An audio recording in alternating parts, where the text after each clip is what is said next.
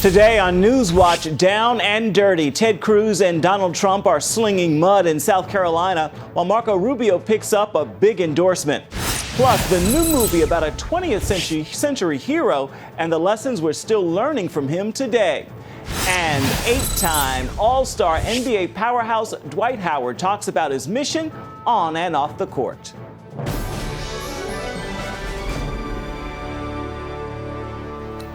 Thanks so much for joining us for CBN NewsWatch. I'm Ephraim Graham. A fiery debate is raging this week in South Carolina between the top 3 Republican candidates as they ramp up for Saturday's primary. On the Democrat side, the candidates are sparring to win over minority votes in time for Saturday's caucus in Nevada. Heather Sells has the latest. In South Carolina, the attacks between the top Republican candidates have escalated. I do attack people when I'm attacked. Donald Trump and Ted Cruz are sparring over this abortion ad. I am pro-choice in every respect. Trump says the ad, which shows an interview from 1999, is filled with lies and has threatened to sue Cruz. Cruz said, "Fine, go ahead," and dared Trump to sue him. He also promised to run the ad more frequently. What did you think when you actually got the letter? I'll confess I laughed out loud. And I don't think anyone is surprised that Donald is threatening to sue people. Marco Rubio scored a big win on Wednesday, receiving the coveted endorsement of South Carolina Governor Nikki Haley. Earlier in the week, Jeb Bush called it the most meaningful endorsement. In my campaign for president today, I got the endorsement of a governor of Indian descent who endorsed a presidential candidate of Cuban descent, and tomorrow we'll be campaigning alongside an African-American Republican senator. All 3 are doing that here in South Carolina. But polls right now show Trump with the endorsement that counts the most, with the voters in the Palmetto State. In the new Bloomberg poll, Trump is the first choice with 34% of likely Republican voters in South Carolina, followed by Cruz at 16% and Rubio at 13%. But things look different in the bigger picture across the country. The latest NBC Wall Street Journal poll shows Cruz leading Trump nationally. He's up by 28% compared to Trump at 26% and Rubio with 17%. Cruz's lead is within the margin of error, so the race is statistically a tie, but it still could be an indication that Cruz has momentum across the country. On the Democratic side, Hillary Clinton and Bernie Sanders are gearing up for the Nevada caucus on Saturday. Sanders is working to raise his support among blacks and Hispanics. Clinton is also courting minorities in an effort to offset Sanders' popularity with younger voters. In both South Carolina and Nevada, many voters may decide at the last minute, and as always, they will have the final say. Heather Sells, CBN News. In an exclusive interview with CBN News, GOP presidential frontrunner Donald Trump says as president, he would sign a bill defunding Planned Parenthood. Our CBN's David Brody spoke with him in Charleston, South Carolina. As a President Trump, if a bill came to your desk that would defund Planned Parenthood, you would support that? You would sign that? Yes, because as long as they do the abortion, I am not for funding Planned Parenthood. But they do cervical cancer work. They do a lot of good things for women. But as long as they're involved with the abortion, as you know, they're involved. Now, they say it's 3% of their work. Some people say it's 10%. Some people say it's 8%. I hear all different percentages, but it doesn't matter. As long as they're involved with abortion, as far as I'm concerned, forget it. But we have to remember, and I wouldn't fund them, regardless. But they do other good work. Okay, you look at cervical cancer. I've had women tell me they do some excellent work. So I think you have to also put that into account. But I would defund Planned Parenthood because of their view and the fact that they work on abortion. Meanwhile, Ted Cruz is telling voters Trump cannot be trusted on the abortion issue because of his pro-choice past and some of the nice things he's been saying about Planned Parenthood services. We'll have more from the Trump interview tomorrow. Well, as we have mentioned, the battle for South Carolina primaries has been brutal. Donald Trump and Marco Rubio calling Ted Cruz a liar, while Cruz attacks their records. The Republican primary there is just 2 days away, while the Democrats is the following Saturday. As Paul Strand reports, the state is setting the stage for how the rest of the campaign may shape up. There's at least one area of agreement between this Republican analyst and this Democratic strategist. South Carolina is where campaigns get nasty. Let me respond. That's another lie. I never went bankrupt. It's another lie. But if people were attacking Donald Trump 6 months ago, they'd be hurting themselves as well as Donald Trump. But as you get fewer and fewer candidates, it benefits them more to attack. And South Carolina has always been the part where enough people drop out that you can start attacking. So that's really what's going on in South Carolina. Former Atlanta Tea Party chief Julianne Thompson points out New Hampshire was mostly secular, mostly white, pretty mild. And then you go down to South Carolina, which is the South, which is far more evangelical, which it has a lot greater diversity. And also politics start to get a lot nastier as you get into South Carolina, a lot more volatile. It's absolutely a game change. The Democratic primary is completely different demographically than New Hampshire and Iowa. It's much more African American. The change in income is huge. It's a real change, and it's actually the first real primary because it's also fought through robocalls and on the air in a way that New Hampshire and Iowa aren't. When some 55% of South Carolina voters are black and Hillary's expected to have them mostly on her side, that would seem to settle the Democrats' race. Thing is, it might not be that simple. Bernie Sanders is pushing hard for their votes. If Bernie is able to start taking African American voters, and if he can start getting Hispanic voters, because Texas is huge in Hispanic voters, then this is going to be a lot closer. And what if black voters just don't show for Hillary or Bernie? Black voters headed to the polls in droves in 2008 to support President Obama. But their excitement this time around seems lukewarm at best. Meanwhile, the kids are just crazy for Bernie and his talk of revolution. The only thing that Hillary Clinton is promising is incrementalism, and that's just not that attractive. But when you're talking about revolution, you're going to throw out the system of big money and billionaires. That's something that young people who are mostly unemployed graduate students can really get behind. Thompson says if only they knew the real world of jobs and taxes. Versus looking through the rose-colored glasses of college and indoctrination of college professors, I think that they're going to change their mind on socialism. As for the Republican race, Democrat Turkheimer enjoys the possibilities. Oh, it's a clown car, and it's absolutely enjoyable until you start thinking that one of them is actually going to be the nominee.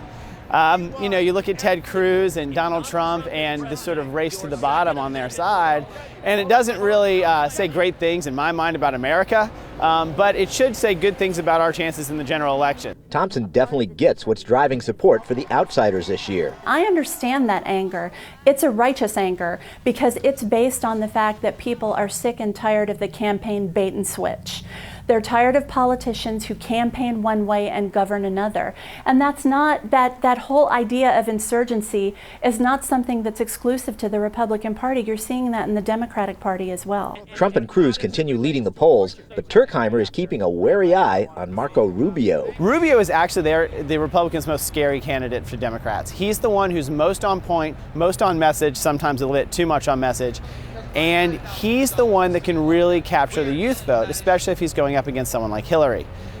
He is the person that I'm most concerned about, and he's the one I'd like to see drop out next. If you are talking about the same old status quo, elderly, white candidates, that's over on the Democratic side. If you want youth and diversity, take a look at the Republicans. Meanwhile, Turkheimer can hardly believe when it comes to Trump, voters don't wake up and smell the implausibility.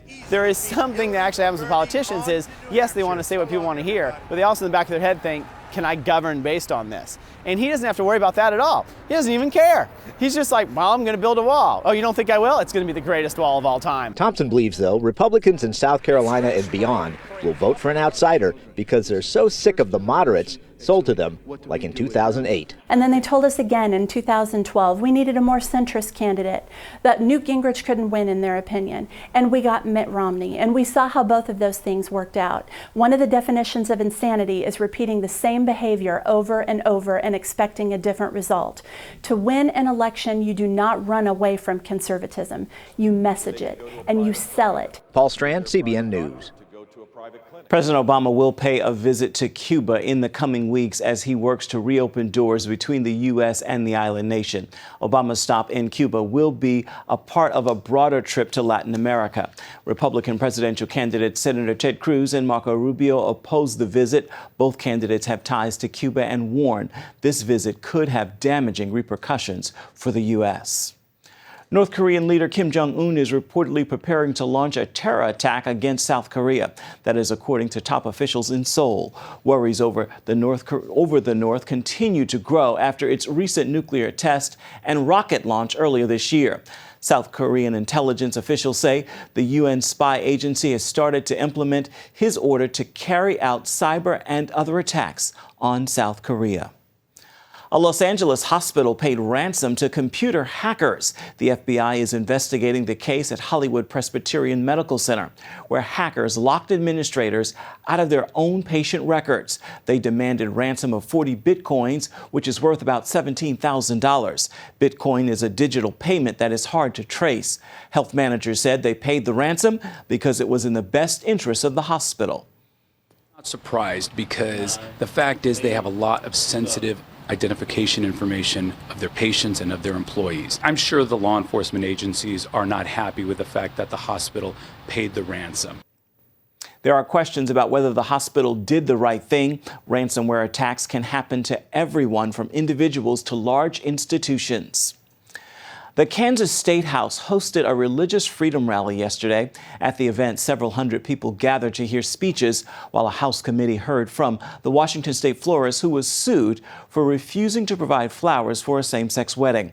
Republican Governor Sam Brownback ended the rally by urging activists to continue fighting for religious liberty for all. The Virginia House of Delegates has passed a bill to protect people who oppose same-sex marriage. The measure stops state agencies from punishing individuals and businesses whose religious beliefs keep them from offering services to same-sex couples or transgender people. Critics say the measure would allow discrimination. Bill sponsor Republican delegate Todd Gilbert said the bill is necessary because supporters of same-sex marriage will not be satisfied until people of all faith are driven out of this discourse, are made to cower, are made to be in fear of speaking their minds. South Dakota could be the first state in the U.S. to approve a law requiring transgender students to use bathrooms and locker rooms that correspond to their gender at birth. The measure is passed in the state legislature, and now it is up to the state's governor to sign it into law.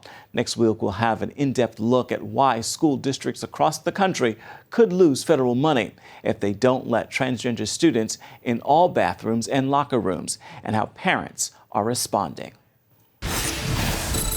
Coming up, he stood up to Hitler and stunned the world. Now the remarkable story of Jesse Owens is heading to theaters across the nation. Why this one film is one you won't want to miss.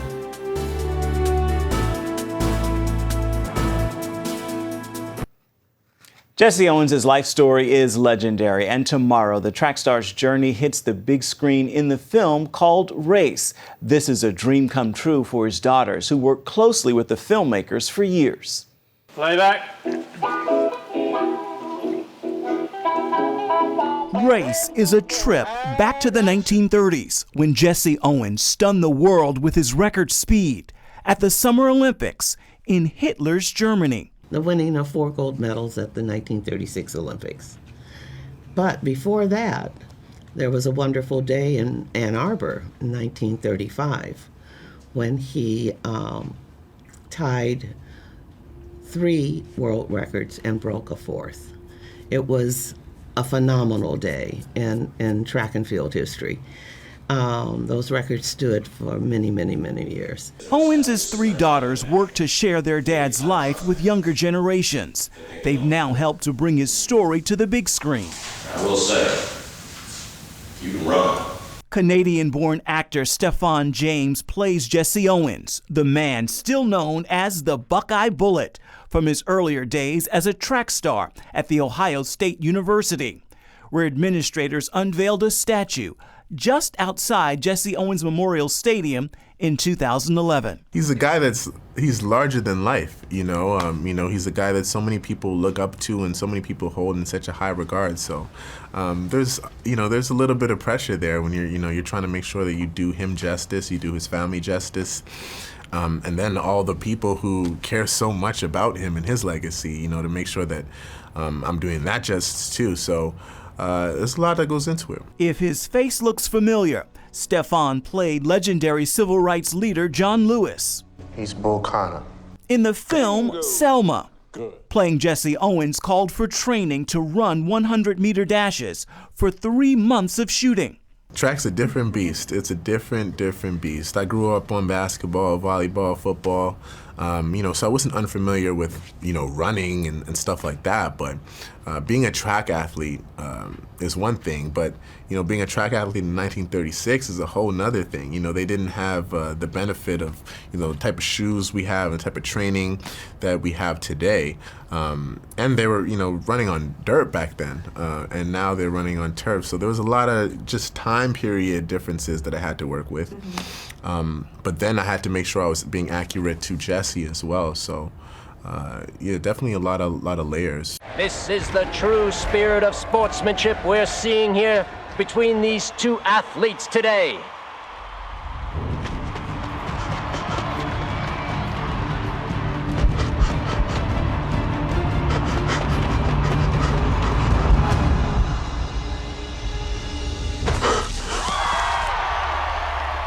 The white flag is up. 8.06 meters. It's a new Olympic record. A hero in history with life lessons for today. I think that people can feel inspired by Jesse's winnings in 1936. And just the way he lived his life in general.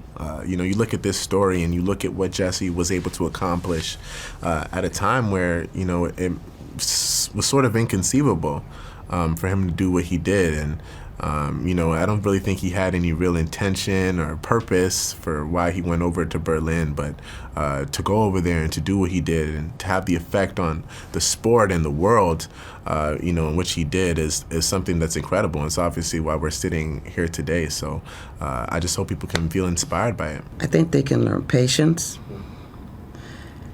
determination, and humanity. Those are two of Jesse Owens' 3 daughters. This film opens in theaters tomorrow, and it is one worth seeing. Superman of the slam dunk. Hear why Dwight Howard is a man on a mission with or without the basketball.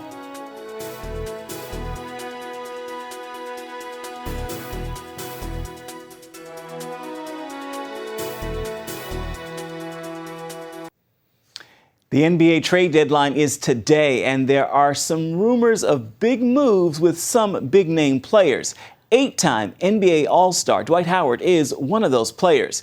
He started his career in Orlando, then LA, then Houston. In a long career full of ups and downs, he shares how his faith keeps him focused on his mission in today's Faith on the Field.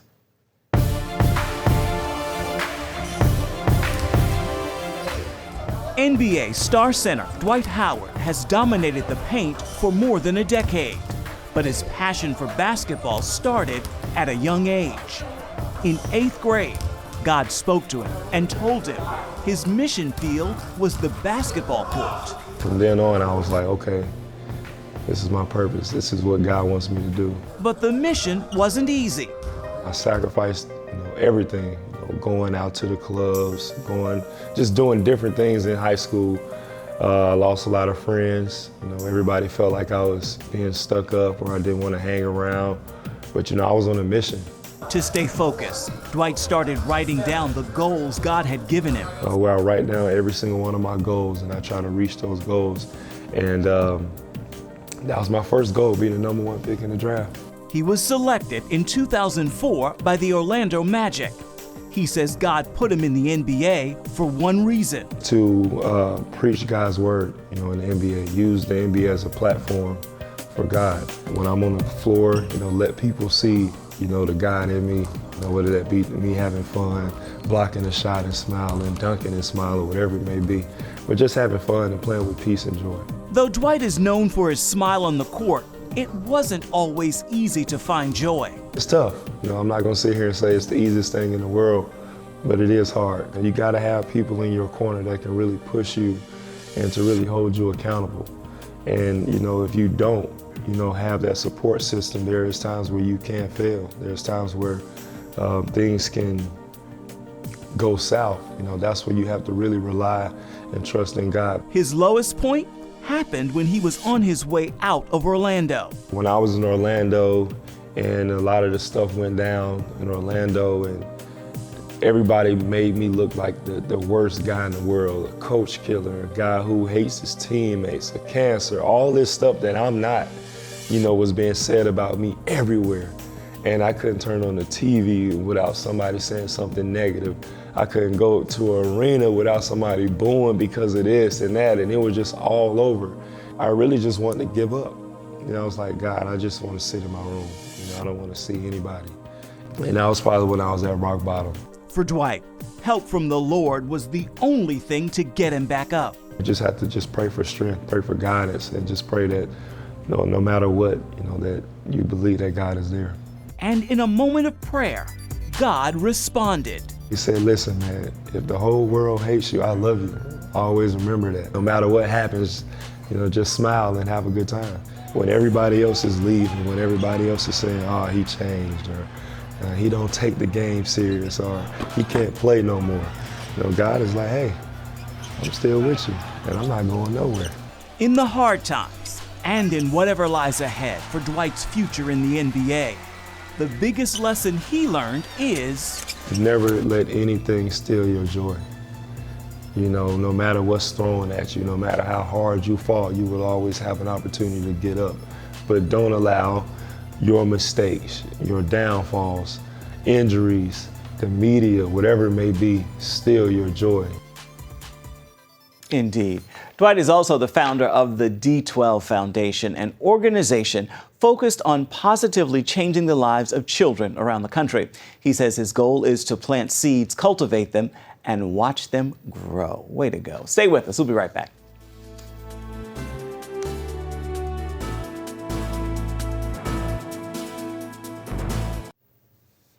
Well, it is time now for your Thursday Thankful, and today I offer this prayer of gratitude. Father, I thank you for your promises and the chance to explore a new one each day simply by opening up your word. Your mercies are indeed new with the beginning of every day. With that, make this a thankful Thursday. That is going to do it for this edition of CBN NewsWatch. You can find more of our exclusive coverage of the issues you care most about at cbnnews.com. We'd love to hear what you think about the stories you've seen here today. You can do it on Facebook or at CBN News on Twitter. Hope you'll join us again right here next time. We'll see you right back here come tomorrow, which is Friday.